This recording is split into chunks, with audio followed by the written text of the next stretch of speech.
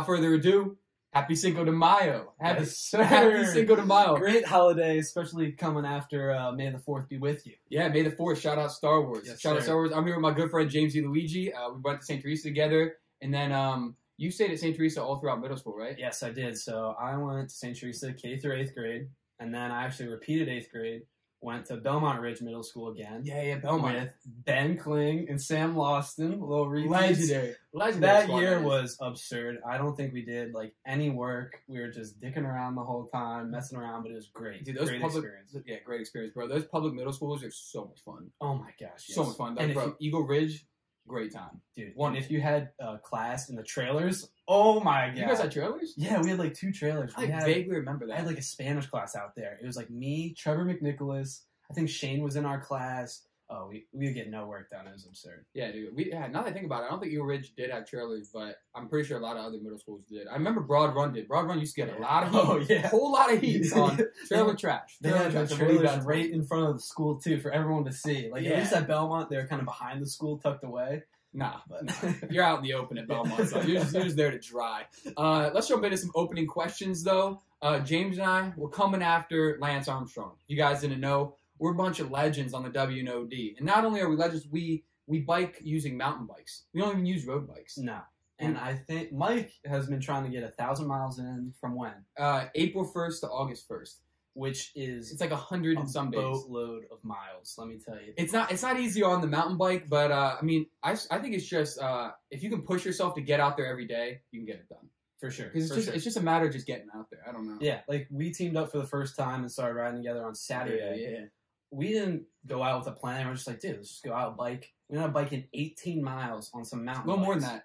Almost 19. It was 18.7 or something. Yeah, we went all the way to Leesburg, and then once we got there, we chilled for a little bit on a bench, and then we were like, hey, should we just send it to 1757? Yep. Which is in Sterling. Yeah. So we were just yeah, dude, let's just send it. We literally just rode all the way there. It was probably 8 or 9 miles from where we were at, and then we biked back to Trailside, to Ashburn. So, yeah, dude, we killed it. Maybe get after one today or tomorrow or something. Today or tomorrow. I haven't had my workout yet. I haven't worked out yet today. We're going to record this. I'm going to edit it, and then hopefully it's out by 3:30 or 4 o'clock, and then I'm down to go on the trails if you are. Perfect. Let's hit it. We definitely got to go a lot this summer when it's warm out. Because, sometimes that wind kills me.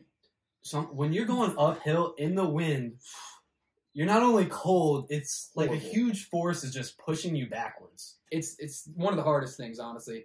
But we also are planning on trying to go all the way into DC because the W&D goes all the way into DC. Now we probably wouldn't be able to make it back, so we're gonna have to have someone pick us up. Actually, I hit up Benji about that a couple days ago, and he said he is 110% down to get us. Perfect. So we just start at Trailside. We just ride that down. And like you said, it's gonna be so much easier to push yourself further because you don't have to worry about turning around. I'll never or I usually don't push myself as hard as I can because I'm in the back of my mind however far you go, you got to come right back. You got to come back. Yeah. So I mean, I feel like it would be a lot easier to push yourself to the max. And because you're going on the trail and seeing parts you've never seen before. Normally I'm going fully agreed. 8 miles and I'm I've seen all this stuff before. It's enjoyable, but you don't get a full experience. That's what we were just saying a couple minutes ago before we started the show. That it's just some of the scenery is not that nice because we've seen it a million times. Exactly. Sometimes I don't go on the trail. I'll just ride on the other parts of Ashburn. I'll go to Broadlands. I'll go to Brambleton. I'll check that out. I don't know. That's kind of bad though because it's there's so many stoplights that I have to wait at. For sure. Which that's the nice thing about the W&OD. You just send it straight. Absolutely no holdups. As much as I love biking, I still never be the a-hole who rides on the road. Never be that person. Never be that guy. Never be that. Everyone hates that guy. Honestly, everyone hates that guy. Should we jump into the first segment though? Some opening questions. For sure. Last Dance. Chicago Bulls documentary episodes 5 and 6 aired on Sunday. It was mostly about the Dream Team, the 1992 Dream Team, a little bit of Jordan's gambling, a little bit of that guy that they recruited from another country. Kukoc, yeah. Great player, actually, when he came to the Bulls. Savage, but they took care of him in that Dream Team game. Could you imagine, just because Jerry Krause wanted to bring him in. Jerry Krause. Dude, can we talk about his head, bro? Dude, big ass head is so fat, dude. He's such a thumb. That guy is a thumb. literally. And so they wanted to bring in Kukoc from European Croatia.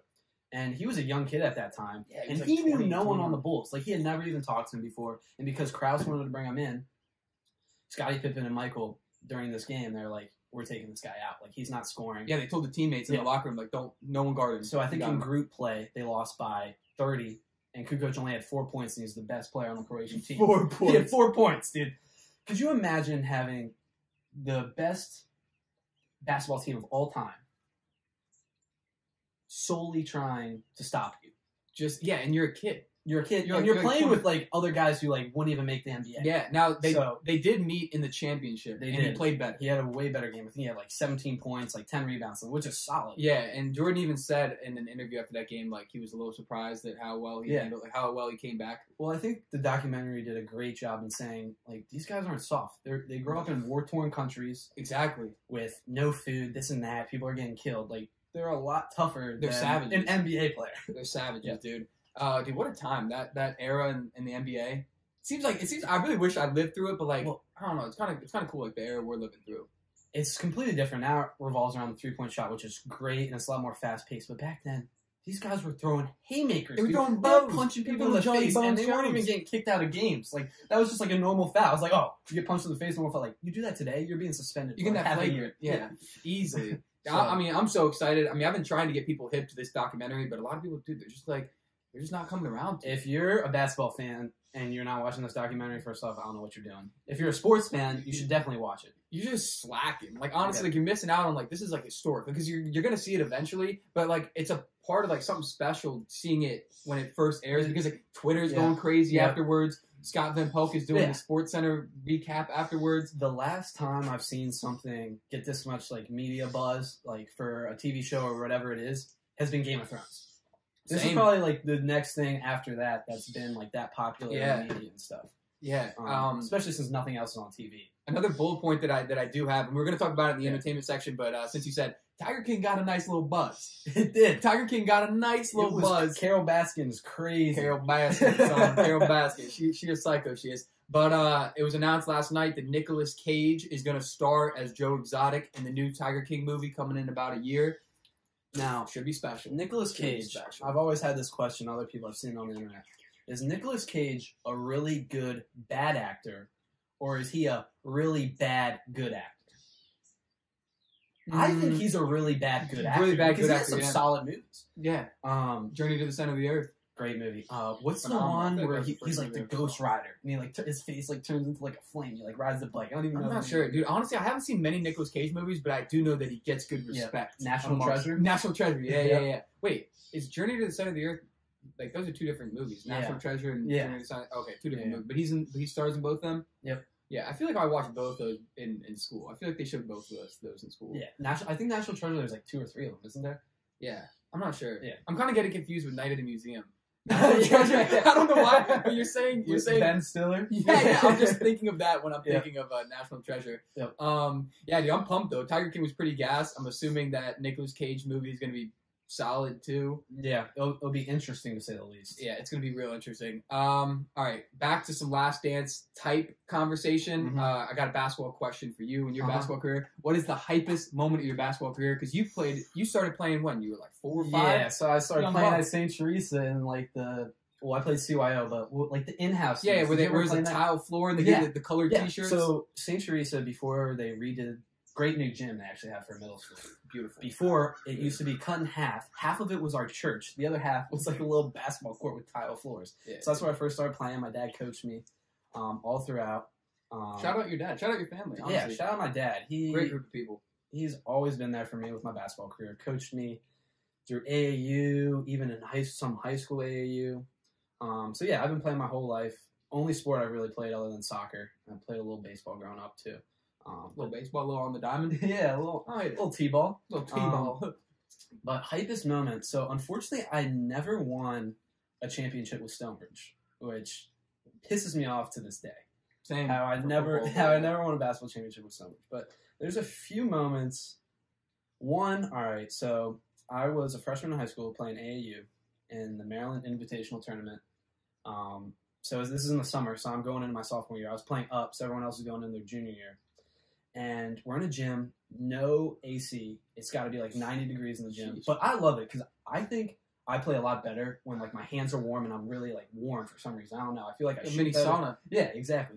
So it's like the quarterfinals or something. and it's tie game, and I'm bringing the ball up the court with like 10 seconds left. I get double teamed, and I lose the ball, and the other team goes down and lays the ball, and I'm like, dude, I just lost the game for our team. We're out of the tournament. I'm pissing myself. Yeah. But I don't know. Someone grabbed the ball, inbounded it to me real quick. I heave a 3/4 court shot, and as soon as it left my hands, I'm like, that shit's going in. Like, I just see this thing sailing across the whole court, goes in on the buzzer. Everyone's going crazy. Dude, you guys won? Yeah, we won. The other team is like, no, dude, go in on target, go in. It's a huge fight. Dude, that's actually Meanwhile, crazy. the team I was playing on, we were called the Nova Cavs. We actually, all-white team. Of course, we're playing against an all-black team, so it's hilarious. Yeah. Just, they're like, no, like, they're just yelling shit, this and that. Goes in, my kid's like, all right, we gotta get out of here. Like, we didn't want to, like, have the refs, like, try to call it off, so, like, we won. We ended up going on to win that whole tournament, which is great. So, that's probably that, and then when I broke the Stonebridge 3-point record, I had, like, 8 threes in one game. Dang. Was that a home game? No, it was away. We played a crappy team. I was like 8 for like 14 or something. You were just raining on that. Yeah, but I felt like I could have shot better. Like, I felt like I should have made like 12 just because the team was so bad. Dude, you know what memory I just had from, because you said you made like the half court shot or like the 3/4 shot. I remember, I think it was our senior year. We were playing at Broad Run, and you made a full court shot. Yeah, it was the same thing. Like 3 quarters. It was after like the second quarter or something, and I like took it and I heaved it. And that one, though, I was like, dude, that's on target. But I was like, that's going to be way short. But, like, it kept going and going. I was like, no. Dude, that one was gas. Everyone went crazy. I remember, at least on our side. Everyone on Broad Run side was like, I remember Foster, Vargo. He was my man. Still play video games with him every day, every night. But, yeah, he was like, dude, that was such BS. Like, I remember seeing that. He was so blown. Dude, that was legendary. That was honestly one of the best moments. Yeah, so, but in general, there's no specific moment that I'm like, that's my favorite basketball moment. But overall, I would just say traveling to AAU tournaments with my dad, just being in the car with him, those are some of like the best memories that. That's some good bonding moments. Yeah, exactly, dude. That's pretty special. Dude, great talk. Honestly, that was solid. that was some good stories right there. Now let's jump into some professional sports talk. Deadlift world record was broken a couple days ago by the Mountain in Game of Thrones. His name is like Heath Bajors. I don't even know. He's from, was he Iceland? No, Iceland. Yeah. He is from Iceland. The record was like 500 kilograms, which is like 1,000, I don't know, like 90 pounds or something like that. Anyway, this guy did 1 more kilogram, and I did the calculations. It was 1,105 pounds is the new record. He looked like he did it pretty easily, too. Yeah. He looked like he brought it up with pretty easily. That's absurd, because I think the most I've done is probably with a hex bar. So not even a straight bar. With a hex bar, which is easier. Like 400 something, and like I felt like my back was going to give out. Yeah. And this dude's doing like 3 times the amount. Yeah, and like we were saying before we started the show, the real insane thing is the guy whose record that he broke, they called each other out in a boxing match. Yeah. The same day that the Mountain broke the record, called him out in a boxing match. They both agreed to it. They both verbally agreed. Now we just need to get that contract signature. Yeah. And the other guy is, what's his name? Eddie Hall. Eddie Hall. I think he's going to get his ass beat because he is like 6 inches shorter than him. This dude's 6'9". Yeah. Now, I did a little bit of research. Eddie Hall actually has boxed before. Oh, has he? Yeah. So that's interesting. So that kind of it kind of balances it out because you got the Mountain has insane size on him. Yeah. But Eddie Hall has an experience. Yeah. So it's just going to come down to like who wants it more, I guess, because like he is 6 inches taller and like 100-some pounds heavier. But then again, experience. Yeah. So I don't know. It'll be interesting. I'm watching it. Oh, dude, for sure. I just hope it's promoted by a professional promoter like Eddie Hearn or like Bob Arum. Or like you know more about fighting than me, so for sure. Yeah. Whatever you say, I'll agree with. Yeah, because I just hope so because then it will be no headgear. If it's promoted just by themselves, it will be amateur. It will be headgear. It will be like 16 ounce. Yeah, it'll be like 16-ounce gloves with headgear. But if it's a professional promoter, it's going to be 10-ounce gloves, no headgear. All I want to see is some 400-pound man just get laid out. I know. The thing is, like, they're gonna hit so so weirdly because like their lats are huge. Like I was watching Eddie Hearn like punch, and it was just like, dude, it's so weird to watch. It was awkward. I don't know. It didn't look that. They're not as quick. They're not as mobile. Yeah, no, not mobile at all. But that is gonna be exciting. But yeah, 1,105 pounds deadlifting. That's absolute madness. I don't know, man. That's crazy. That's crazy. We got UFC 249 this Saturday. We finally got some fights, man. Dude, some title fights. I'm pumped, bro. It has been like. 6 or 7 weeks, probably even longer. I can't even remember since there's been like a professional fight. Yeah. And this card is stacked, dude. We got let's see, we got Cejudo versus Cruz for the bantamweight title, Ngannou versus Rosenstrike in a heavyweight eliminator fight. Pettis versus Cowboy Cerrone, and then the main event, of course, Justin Gaethje versus El Kakui, Tony Ferguson. Yeah. Whew! Dude, I'm so juiced. I like Ferguson a lot. Dude, Ferguson's I a like him tank. a lot.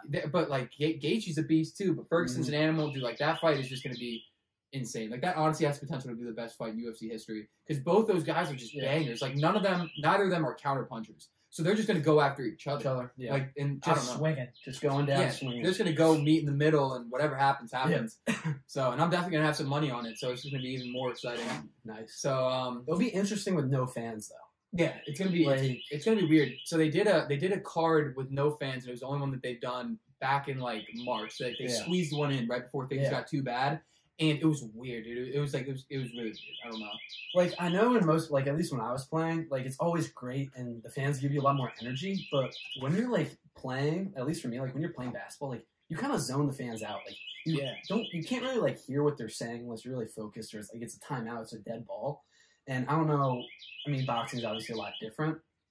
So it'll be interesting to see what professional athletes say the impact is on actually having fans and then not. Yeah, in a fight, I feel like it's going to just make it even more intense. Because, like, when I was watching the one that they put on, like, a month ago with no fans, you can, like, hear everything that much louder. Like, the punches land, the kicks land, like, the body kicks landing. Like, you could just hear it, like, dude, it's bones breaking. Yeah, dude, it's a terrible noise. But honestly, dude, I'm just excited to see competition.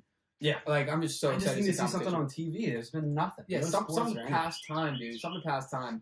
We got the NFL 2020 schedule coming out Thursday. Is today Tuesday?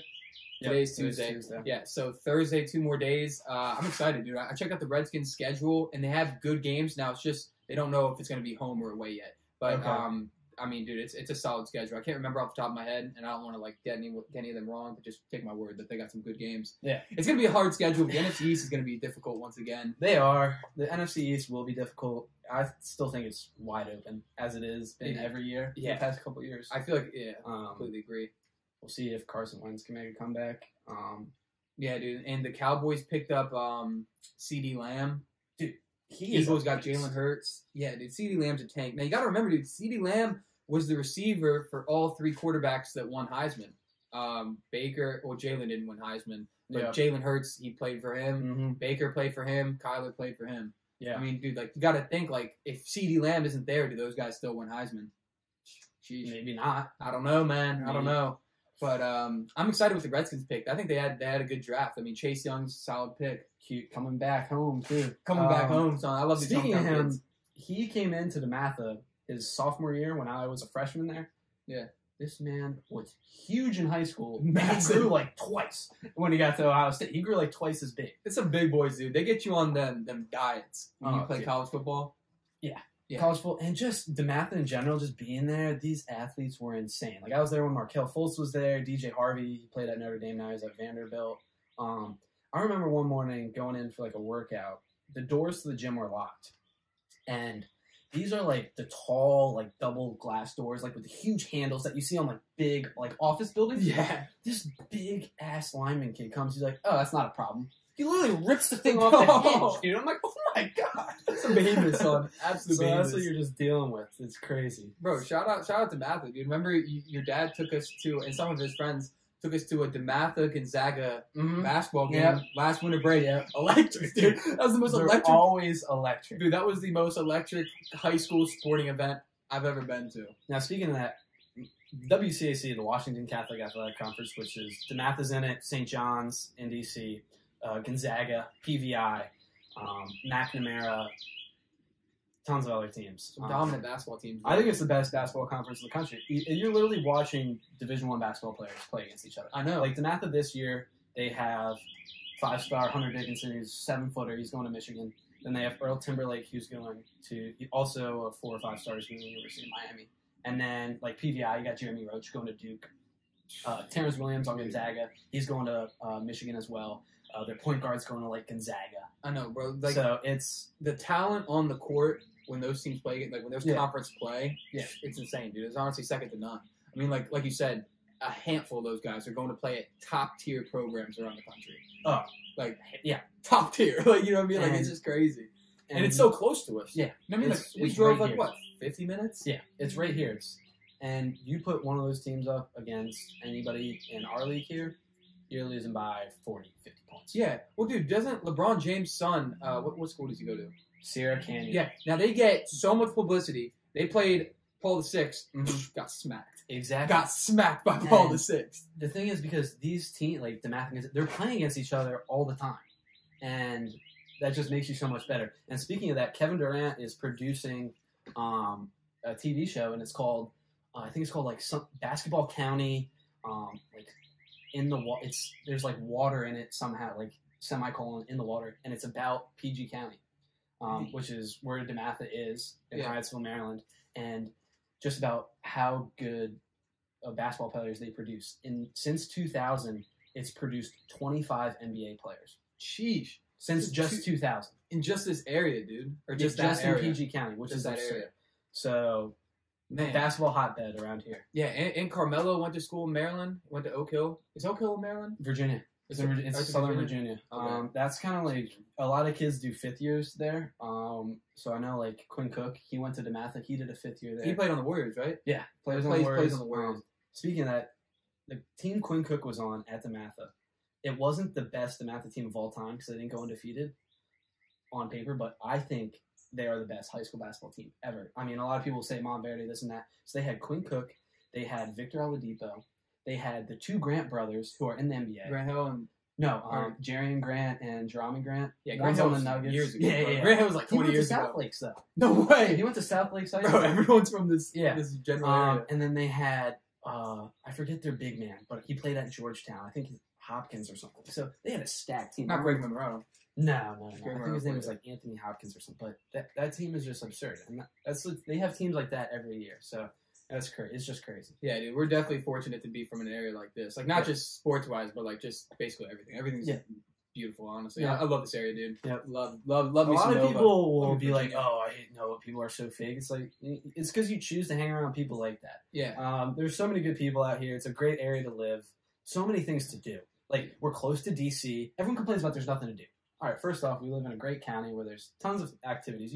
The schools are great. Go outside. You can go hiking. We're right near the Shenandoah Valley. You can go into D.C. and do stuff. Schools are great. So, honestly, I love living here. Yeah, dude, nothing to complain about. It's all just about the situation you want to make for yourself. For sure. So, 110%. Should we talk about the best QB and wide receiver duo? Oh, yeah. You said you had an answer for me. Yeah. I honestly don't have an answer for this one, but if I think of one, I'll definitely state it. Yeah, so I have 2. So, Joe Montana, Jerry Rice. Should we state the question real quick? Yeah. All right, so it is the best QB and wide receiver duo that have teamed up in NFL history. Mm-hmm. And then I also asked him wide receiver QB duo that did not team up. So like Aaron Rodgers, Julio Jones as an example. Right, so who has teamed up? Joe Montana, Jerry Rice, because they won 2 Super Bowls together. Right? Yeah, dude, they were a force. Absurd. Jerry Rice is one of the, if not the best wide receiver of all time. But he's a tank. Same with Joe Montana. And then the other duo I would say is Tom Brady, Randy Moss. I love me some Randy Moss. Dude, Randy Moss is a savage. And just the way he shit talks and stuff, too. It's awesome. Yeah, dude. And we got his son now on the Redskins, Thaddeus Moss. Yeah. Thaddeus Moss to the Skins. Honestly, I can't believe he didn't get drafted. Like, we picked him up. Where did he even play? LSU. Dude, he played solid, too. I'm pretty sure he had a touchdown in both the game against Oklahoma and the game against Clemson. I could be wrong about that. He had a touchdown against Clemson. Dude, I think he did have one against Oklahoma. He's a big body, dude. Yeah, he's a big body. That's all I gotta say. He's like a tight end, though, right? Yeah, he plays tight end. But I'm pretty sure we also picked up another tight end in free agency. So now we have 2. I don't know. Jordan Reed gets hurt like every time he takes those. I feel bad for the guy. He's just concussion prone, but if he was healthy, he's the best tight end in the league. Yeah, he's definitely top 5 in the league. He was averaging insane numbers with the few games he was playing on the Redskins. On the Skins, dude. It's just going to be interesting to see how we do without... I mean, we didn't have Trent Williams last year. But I don't know, dude. Our O-line is sus, as it usually always is. But other than that, dude, I'm optimistic. That defense, bunch of animals. That defense, bunch of animals. Shout out John Allen, SB Footy, baby. Shout out John Allen, dude. Shout out, like, that whole defensive line is, like...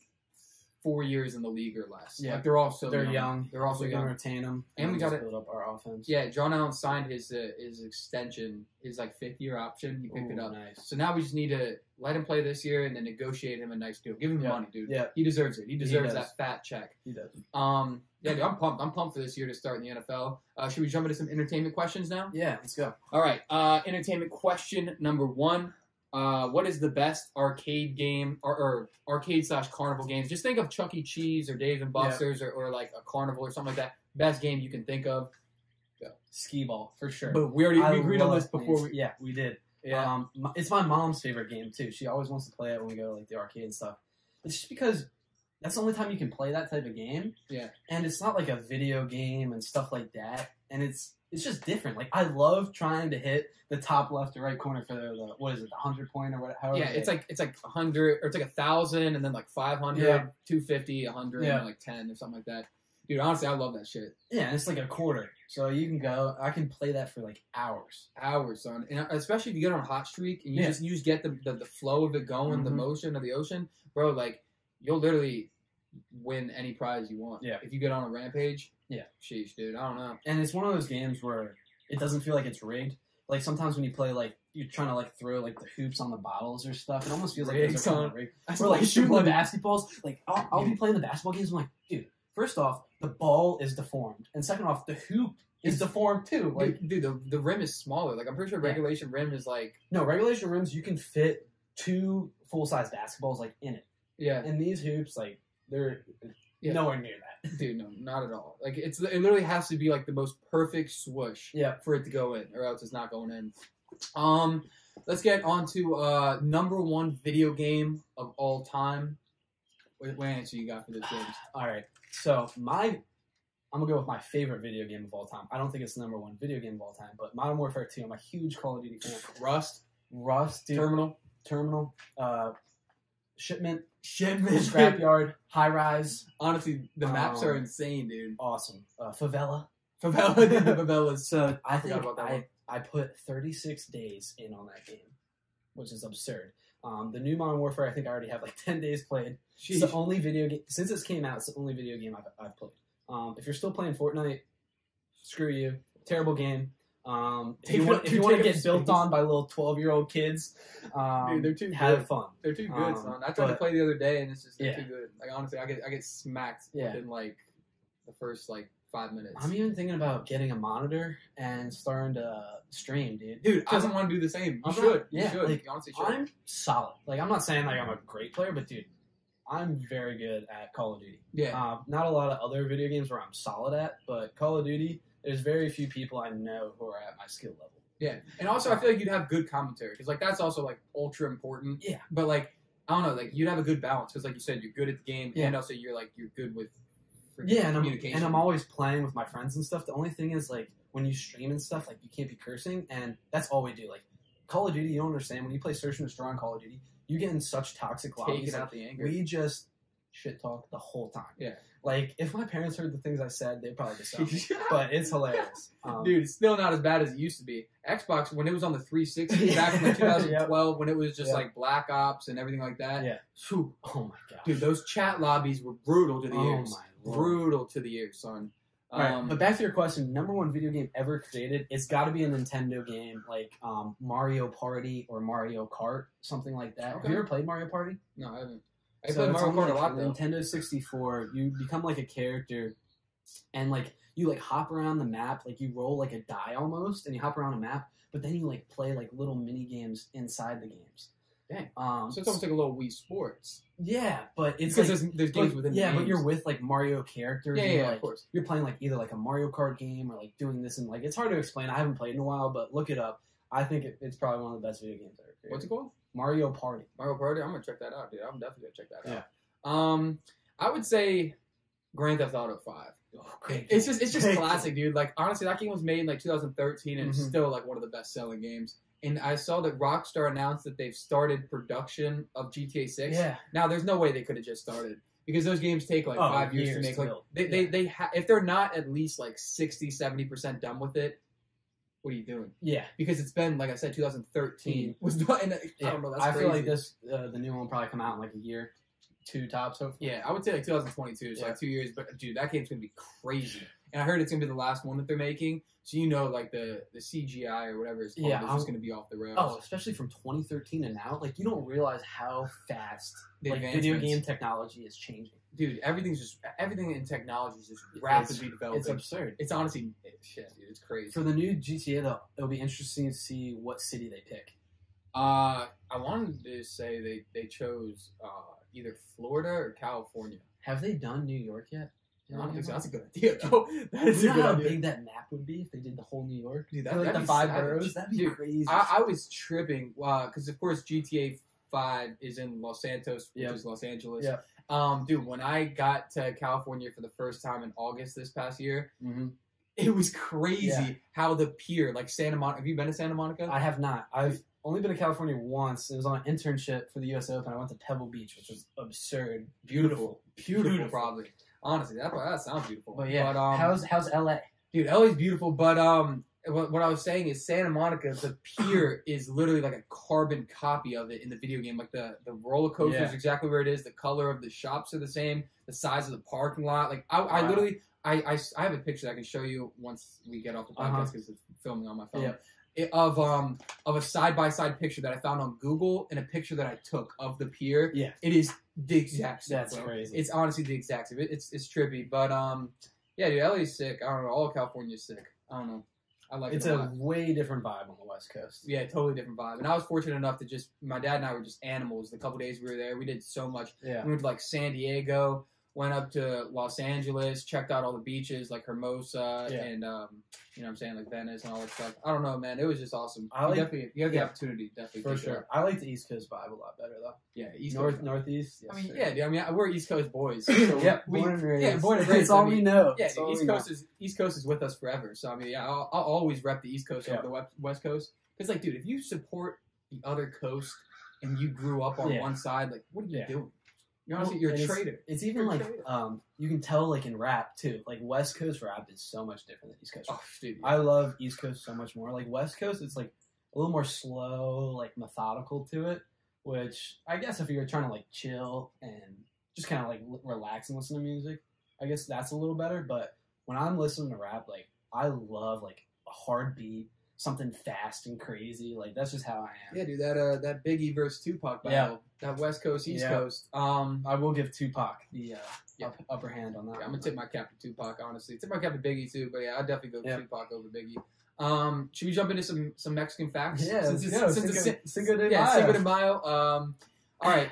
University of Mexico is the oldest university in all of North America. It was founded on September 21st. 1551. Holy crap. That is so long ago, bro. Like all of North America too. Like that's pretty gigantic. Yeah, I would have thought it was like a Harvard or Yale, like an old like school, a prestigious school. Prestigious like northeastern school, because I think it's in the Northeast corridor from like what is it, like DC to New York or whatever. I think correct me if I'm wrong. I mean, you probably don't know off the top of your head. I think it's like 60% of the United States population lives in that area. Dang. Which is absurd. It's something crazy like that. Yeah.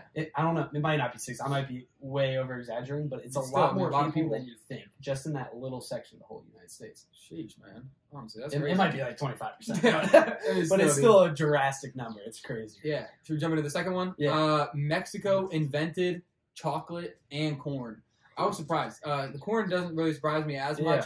But the chocolate, I don't know why, but I just thought the chocolate would have been like a European thing. Yeah, I would think that too, but it comes from like what, the cacao? The cacao bean, or whatever. So it does make a little sense now that I think about it. And I mean, we did learn like all that triangular trade, but who the hell knows what went to where? I don't remember. The only thing that stuck out is like the horses. Horses. Yeah, dude, I don't know. I just thought that was wild because I was like, corn and chocolate, man, double C. I don't know, man. I thought that was kind of crazy. Yeah, that's really interesting. Pretty interesting. All right, on Cinco de Mayo, Americans eat 81 pounds, or it says 81? Yeah, 81 pounds of avocado. Dang, did I write that right? Because 81 pounds doesn't seem like that much. That much for all of America? It like, may have been. How much is one avocado? Yeah. An avocado's got to be like a pound. It may have been 100 or 810. Because 81 pounds. I think I may have wrote that. Or wrong. maybe like 81 tons. Yeah, that would be absurd. It's not 81 pounds here. Now that I'm looking at it, there's no way it's 81 pounds. It's probably 81 pounds just in like Northern Virginia. Yeah. I don't know. Yeah, I mean, I would assume that a ridiculous amount of avocados are eaten on Cinco de Mayo. Oh yeah, crazy. Yeah, great. I love avocado actually too. Yeah, dude, avocados are good, dude. Mrs. Shanley's guacamole. Holy moly, dude. Great family too. Shout out to Shanley's. Yeah, wonderful family, dude. Honestly, the best. Some great memories of their house. Well, not just of their house, but like, of hanging out with them. Oh, all the time. Wonderful family. Dude, shout out. Dang, what was their dog's name? I can't think of it. I know it. Yeah, dude. I'll give you a second. Dude, I'm thinking of Scully's dog right now. Oh goodness, it's gonna agitate me, but we gotta. It is. If you can think of it, let me know. Bentley, yes, it was Bentley. Yes. Shout out Bentley, legend, absolute legend. All right, another avocado fact: the average price of an avocado in the United States was $1.17 in 2018. That increased to $2.10 in 2019, almost a whole dollar, 93 cents. Definitely not just because of inflation. Probably a little Trump trade wars, but a little bit here or there. It happens. It happens. Yeah, dude. Honestly, that's a pretty big jump, though. It is 93 cents. That's almost a whole 100%. That's like 80-something%. What's your family making for dinner tonight? You making some Mexican food? So my mom got quesadillas for lunch. She bought us. She usually will make something like that for dinner, but I don't know. She made empanadas last week, so I don't know if she's gonna. Empanadas are so good. So good. I love the ones my mom makes. Mexican food is so good. There's so many different things like empanadas, enchiladas, burritos, tacos, quesadillas. Dude, yeah. Speaking of, and these aren't even the authentic ones. We're saying the most American. Yeah, I know. I know, we really are. Dude, you remember Mrs. Shanley's taco in the bag though? She got, dude. Dom and I talked about this a couple months ago, just randomly. So what it was is you would just go to their house and they would have 1 million of the snack size bags of nacho cheese Doritos. Yeah. You just open it up. You put in the beef and the cheese and whatever other condiments you want to throw in there, and then you just crush it up, and then you get a fork and you just eat it. Delicious, it's delicious, bro. All I would do is I would just do cheese and beef. And then the Doritos? Yeah, just throw that in there, crush it up. So good. So good, dude. I need to make that again soon. Damn. Yeah, I haven't had it in a while. Awesome. I remember I've had it a handful of times at their house. She definitely was the one that invented it, though. So shout out the Shanleys for that. Yeah, any other Mexican pointers you want to make? Not really, dude. Yeah. Should we jump into this conclusion? We've been rolling. Let's see how long we've been rolling for, dude. I mean, it feels like it's been a good podcast. 38 minutes. We've been killing it so far. This has been good conversations too. I feel like we could keep talking about some of this stuff for days. Dude, yeah, we definitely could, bro. We talk about Saint Teresa back in the day for years. We could have so many good memories. So many stories. So many. Same with basketball, dude. We could just talk about basketball memories. But yeah, conclusion. Now we're into that. Quote of the day. If you ain't first, you're last. Ricky Bobby. I don't know, man. I'm not gonna get all serious on a quote of the day today. I mean, just shout out Cinco de Mayo. Shout out Ricky Bobby. Shout out Talladega Nights. That's a phenomenal movie, man. Dude, great movie. Ricky Bobby. Will Ferrell has so many good movies. Dude, Will Ferrell's a legend. I heard that new one that he came out with. What's his partner? Who's in Talladega Nights and Dale? No. His name's Dale in Step Brothers. Yeah.